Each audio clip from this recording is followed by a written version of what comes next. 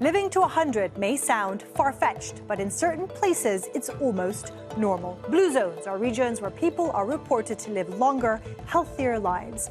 But is it all just a case of smart marketing, or is there solid science behind the hype? I'm Stefanie Dekker, and this is The Stream.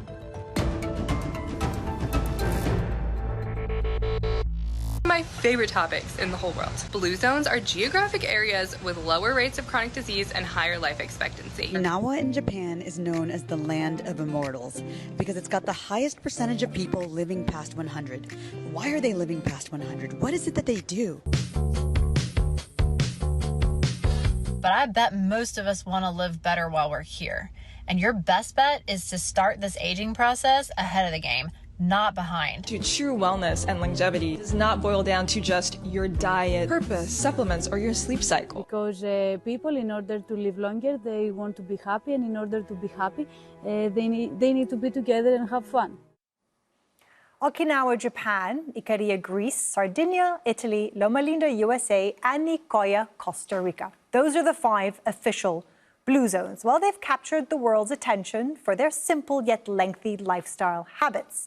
From plant-based diets and active way of life to strong social connections and low stress, these communities seem to share a common formula for well-being and longevity. But can you live like you're in a blue zone no matter where you are? Well, joining us today to help us understand it all are Anna Katsas, a videographer living in the blue zone of Icaria, Greece. Paola Demurtas is a longevity guide born and raised in Sardinia, Italy. And Dr. Luigi Fontana, director of the Healthy Longevity Research and Clinical Program at the University of Sydney. Paola, I want to start with you. You are from Sardinia, born in Sardinia.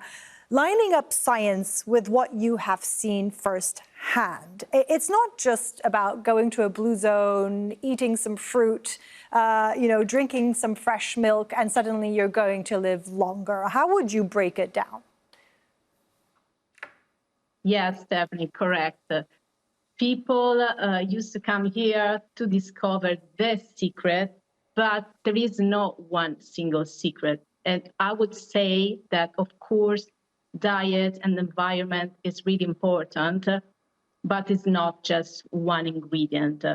What I can tell you is that we usually eat a lot of fresh food, which makes the difference, but it's also mainly our environment and I would say social connection. So the fact that we are never alone, even when we are alone. You can also go abroad, you can go all over the world, but you know that some people here is thinking about you, they care about you, they ask every day about you. So is the family, which is not just your parents or siblings or whatever, it's just the whole community that they care about you. And the fact that the elders here, like in other places in the blue zone, they are not left behind. We care about them, they are really important. So this keeps their mind really active until forever, until the end of their life. So this is the secret, because for what I saw, you can eat properly, you can go to the gym, but if you are stressed about your life, I mean, it's better than doing nothing, but doesn't work like here in the blue zone. So this is what I've seen all my life, being born and raised here, as you said. I see, Anna, I see you nodding profusely. You moved from a corporate job in the United States to one of the official blue zones. What changes in lifestyle have you seen? Have you adopted? How is it working for you? Yes, it's been a big change moving from the United States to Greece, and not just Greece, but a small island in Greece that's a blue zone.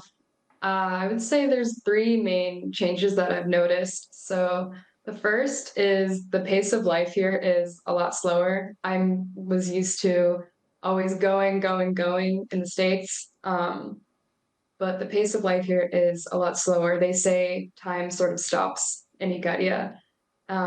There's no real rush to get anything done here. People work hard and they work to do things well, not to get things done very quickly. So that's been a big change. I've been slowing down a lot.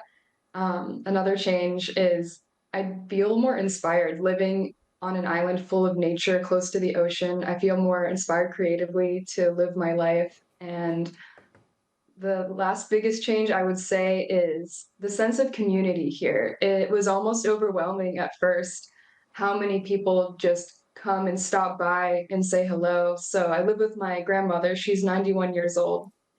And multiple times a day, people will come and stop in, say hello, check in. People bring extra harvest from their gardens and things like that. And if my grandmother doesn't go to church, for example, maybe one weekend, there'll be people coming by the house just checking in, like, hey, are you okay? We didn't see you at church. So like Paola was saying, there is a big sense of community, and no matter where you are, there's always going to be someone that's thinking about you and someone that cares about you. But those are the biggest changes that I've noticed since moving here.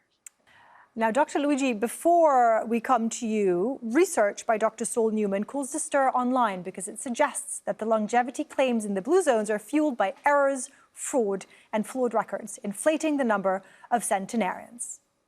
A bunch of the so-called blue zones, subject of a Netflix documentary, these regions where for some reason people keep living to like 110. He's like, no, that's a mistake. It's not the low-carb, healthy fats, lots of fish diet. It's the pension fraud. 72% of the centenarians in Greece are dead. Their families are probably just collecting their pensions. Another is Okinawa, and people are like, wow, one of the least healthy areas of Japan, but people live so long. Turns out there are the most centenarians where the records were bombed in World War II. The oldest man who ever lived, he was 116, he was Japanese. He had 3 birthdays and no birth certificate. Things were fishy. Almost none of the people in the world who are older than 110 have a birth certificate. As US states introduced birth certificates, the numbers of supercentenarians fell by like 70 or 80%. Some people don't catch the errors in their own age, but apparently people are pretty bad at knowing how old they are. And imagine when you get old. Anyway, if you want to live forever, just never report your death. Luigi, I'm going to go to you for this science. So, blue zones, fact or fiction? I think it's a mix. Definitely, it doesn't make sense, that there are only 5 blue zones in the world, because there are many other beautiful islands in Japan, in Greece, and in Italy, and even within Italy. These centenarians living in Sardinia, they are living in certain villages, mainly in Ogliastra, that is one region of Sardinia, where basically there is a higher number of centenarians that are mostly related. So if you look into the surnames, they are the same surnames where, you see many centenarians. So I think it's a mix. So there is no doubt that the pillars of the blue zones, so primarily plant-based, minimally processed diet with physical activity, exercise, low stress, social connection, strong family connections based on the science we develop, because basically what my lab and other labs around the world, they do, we are trying to dissect the molecular pathway. So we are using animal models to see what is extending lifespan. So animals living 50, 60% longer. And we know that, one of the strong intervention is calorie restriction without malnutrition. If you reduce by 30% caloric intake in multiple animals, including monkeys, they live longer and healthier. We know that exercise is also important because it's acting in some other pathways that are interacting with calorie restriction and protein and fiber intake and gut microbiota. But to answer to your question, I think, that there is some hype. So this is one of the marketing strategy from US.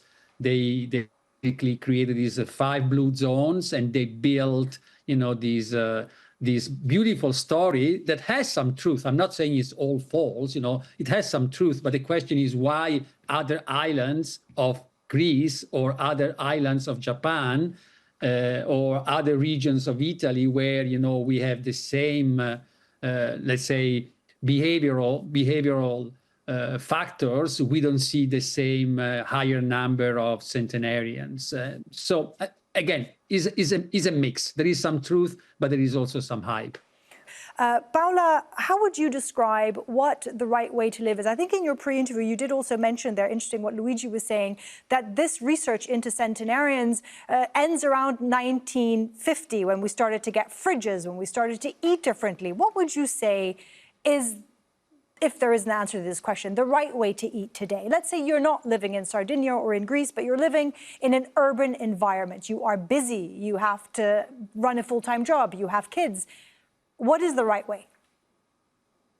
So starting from what Dr. Fontana said, I'm talking about here where I live in Ogliastra, we tend to eat like Dr. Fontana said. So a lot of legumes, not a lot of meat, a lot of vegetables. So now my suggestion would be try to eat this way with what you have in your neighbor, in your city, because people get stuck or having the food that we have here. So they want to have this particular kind of cheese, that particular kind of fruit, but it's impossible.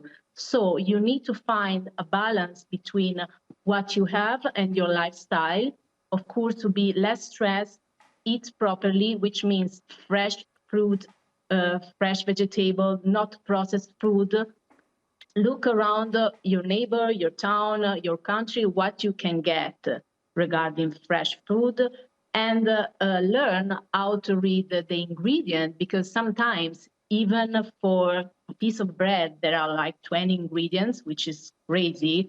So people should be more aware of what they eat. And then, of course, move naturally, I would say, because sometimes people is stressed about the fact that they have to go to the gym. You don't have to. I mean, yes, it's necessary, but it should be something pleasant. So you can just take a walk with a friend, chat with them, and in the same time, you are doing something physically for your body. Here, it works like this. And then also be less stressed means having someone around you so you can eat properly if the people around you eat the same way. Otherwise, every time it's a job because they keep pushing you. Oh, like I don't drink alcohol at all. And sometimes when I travel, people keep asking me, why, or do you want a glass of wine? No, I don't like, oh, why? But it's nice. I can't. So it's a job for my brain to explain them why I don't drink alcohol. But when I'm surrounded by my people, I call them like this, everything is easy. So try to surround yourself with the people that have the lifestyle that you want to achieve. It would be much easier. That's my suggestion if you live not here, because I agree with Dr. Fontana. There may be some other blue zones all over the world, but it was impossible to check all the world. But I can say that in the future, in the future, they're not going to find other places. Why not? So we are starting from here to inspire the world, but then I hope that they will find some other place to inspire more the rest of the world. Well, if you're wondering what a day living in one of these blue zones looks like, our guest Anna takes us along with her on one of her usual days. This is a day in my life in Ikaria, Greece. I start my day by feeding my porch cat. He's always very excited to get his morning breakfast. Then I head to the garden to harvest some fresh herbs for my herbal tea. Today I'm gathering mint, and herbal tea is one of our longevity secrets here on the island. And another secret is our local Icarian honey. I add this to my tea every morning. For breakfast, I have oatmeal with banana. It's something my 91-year-old grandmother has every morning as well. After breakfast, I head to work for the day. I'm going to Karimalis Winery to make some social media content. I spend most of the day here capturing photo and video, and I also have lunch here as well. They have some great local Icarian vegetarian options. After lunch, I film Eleni Karimalis harvesting herbs from her garden. And after work, I have some time before meeting some friends, so I decide to go to the beach for a couple hours. I try to go to the beach a couple days a week to relax, and I find this really helps keep my stress levels low. And then it's time to head to the festival to meet my friends, so we're going to Apanagiri. This is one of many festivals that Ikaria has over the summer. So we buy some local dishes made by the hosting village and some wine. We fill our glasses and cheers to our health, and enjoy the festival. You'll find locals of all ages gathering to dance for hours into the night. I decide to join in on the dancing too to get my workout in for the day. And that's a day in my life in Ikaria. Anna, have you seen a physical change in you, a mental change in you since you moved to the island? Yes, I definitely have noticed both a mental and a physical change. I lived here last year and I briefly went home for the holidays. And upon coming back, people would come up to me and say, "You look so much brighter." And I felt lighter. I felt brighter as well.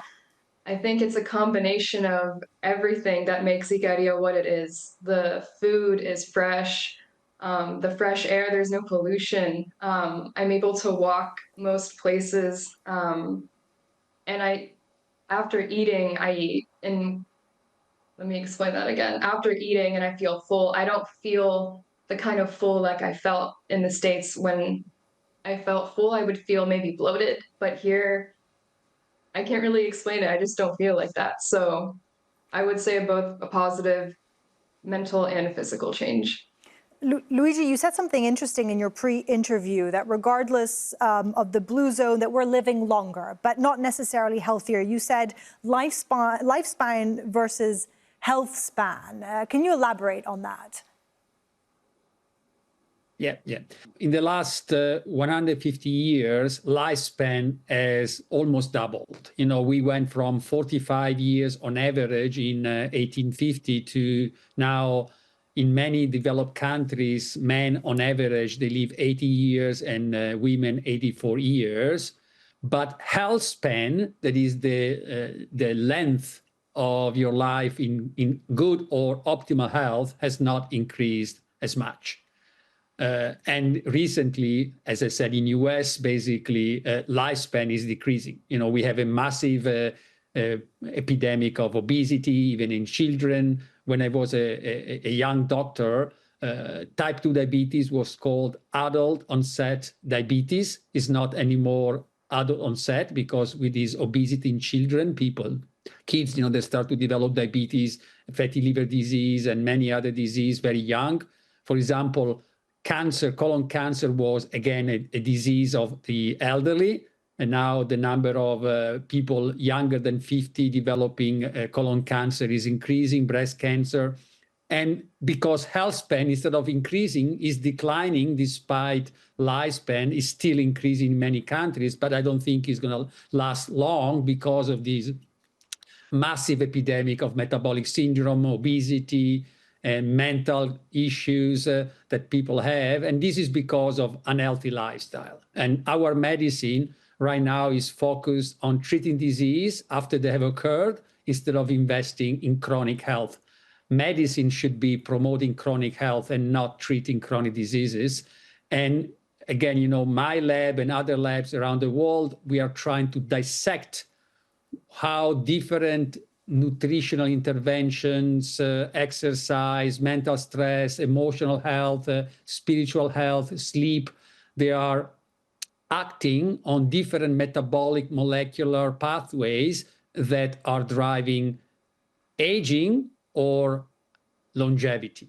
And again, the concept of the blue zone is interesting because in some way is in line with what we are finding from these animal studies of the biology of aging. And I'm working on humans, and we see similar results in humans, but it's too generic. It's like if you want to prescribe a program for an athlete and you use the same program for every athlete. No, you have to personalize the program so that, that particular athlete is going to have his best performance. And here is the same, this idea of breathing fresh air, enjoy with your friends, and eating, fresh food is too generic. You can have fresh food, but if you live in a very cold country where vegetables are not available, fruits is rare because it's always cold and snowy,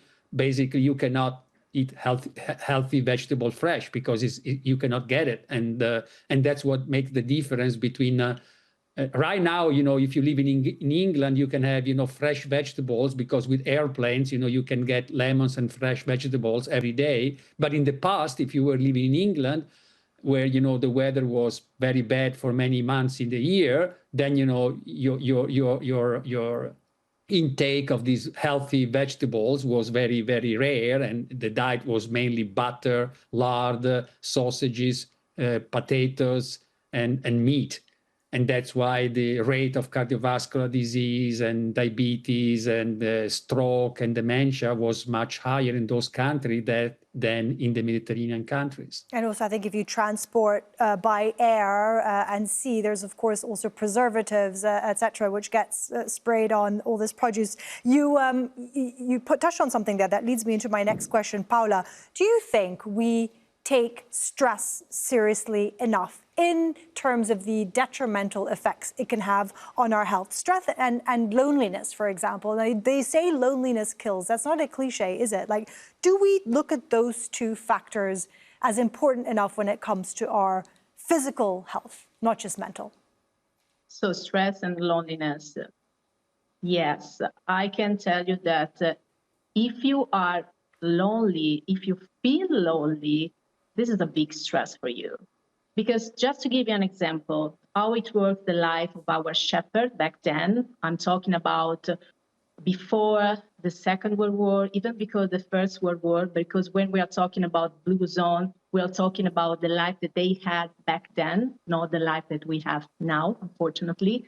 They used to spend months in a row alone on top of a mountain, so completely alone. And sometimes I ask them, because I interview them a lot, I asked them, did you feel lonely? And they said no, because I knew that some at home was thinking about me. And this is a great relief. So the fact that back then, but even now, they weren't alone, it's a big skip of stress, I would call like this.